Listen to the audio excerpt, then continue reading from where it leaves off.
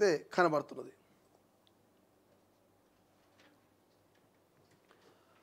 Right. ఇక 10 రూపాయలు ఇచ్చి లైంగిక దాడి, ఆదిలాబాద్లో దారుణ ఘటన. చాక్లెట్లు కొనిచ్చి యువకుడు అఘాయిత్యం, పలుమార్లు బెదిరించి అత్యాచారం. ఇక షీ టీంలకు బాలిక కంప్లైంట్, అవేర్నెస్ ప్రోగ్రాంలో బయటపడే విషయం. యువకుడిని అరెస్ట్ చేసిన షీ టీం.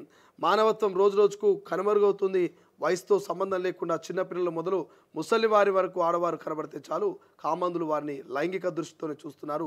అవకాశం వస్తే అత్యాచారం చేయడం, సహకరించకపోతే కాటికి పంపడమే సర్వసాధారణమైనట్టు వార్త కనిపిస్తుంది. సో నిజంగా మనం రోజు చెప్పుకుంటా ఉన్నాం ఇట్లాంటి వార్తలు.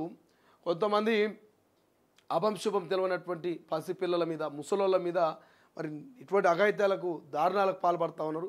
10 రూపాయలు ఇచ్చి మరి ఆమెకు చాక్లెట్ ఇప్పించి చాక్లెట్తో మాయమాటలు చెప్పి మరి పసిపిల్లల మీద పాపం అఘాయిత్యాలకు పాల్పడుతున్నట్టు. వినకపోతే చంపడం, వింటేనేమో అత్యాచారం, వినకపోతేనేమో చంపడం. ఇది కామన్ అయిపోయిందని చెప్తున్నారు. మరి ఎందుకు కనీసం మానవ సంబంధాలు రోజు రోజుకి ఇట్లా తయారవుతున్నాయి, కనీసం మానవత్వం కూడా పాటించట్లేదని చెప్పేసి ఇక్కడ వార్తా కథనం కనిపిస్తుంది. సో దయచేసి ప్రభుత్వాలు కూడా కొంత అవేర్నెస్ కార్యక్రమాలు పెట్టే ప్రయత్నం చేయండి. ఎప్పటికప్పుడు చట్టాలని ప్రజలకు తెలిసే విధంగా, చట్టాల ద్వారా ఎటువంటి శిక్షలు పడతాయో తెలిసే విధంగా మరి అవగాహన కార్యక్రమాలు ఏర్పాటు చేసే ప్రయత్నం చేయండి.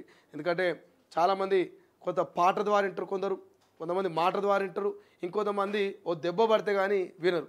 సో దయచేసి మీరు ఈ పాటనో మాటనో ఈ దెబ్బ ద్వారానో ఏదో ఒక ద్వారా మాత్రం కనీస అవగాహన కల్పించండి. లేకపోతే రేపు ఆడపిల్లల్ని కనాలన్నా, ఆడపిల్లల్ని పెంచాలన్నా మరి భయపడేటువంటి పరిస్థితి ఉన్నది. బయటికి పంపించాలన్నా, స్కూల్కి పంపించాలన్నా. ఎందుకంటే అఘాయిత్యాలు అట్టున్నాయి.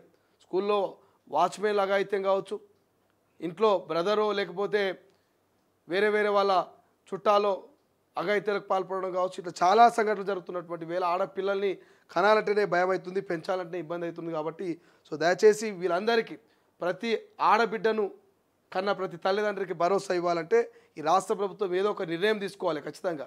ఇంత టెక్నాలజీ పెరిగింది, ఇంత అప్డేట్ వర్షన్లో ఉన్నారు, ఎందుకు మరి చట్టాలను లేకపోతే టెక్నాలజీని ఉపయోగించో అవగాహన కార్యక్రమాలు చేయలేకపోతున్నారు? ఎందుకు ఇటువంటి అఘాయిత్యాలకు పాల్పడుతున్న యువకులకు కౌన్సిలింగ్ ఇవ్వలేకపోతున్నారు అనేది కొంత ఆలోచన చేయాలి. బట్ ఇప్పటికీ షీ టీమ్స్ లాంటివి కొన్ని పోలీస్ డిపార్ట్మెంట్లు యాక్టివ్గా పనిచేసి బాధితుల్ని మరి ఆదుకునే ప్రయత్నం చేసినప్పటికీ ఇంకా స్పీడప్ చేయాలి, ఇంకా భరోసానివ్వాలనేది మేము డిమాండ్ చేస్తూ ఉన్నాం.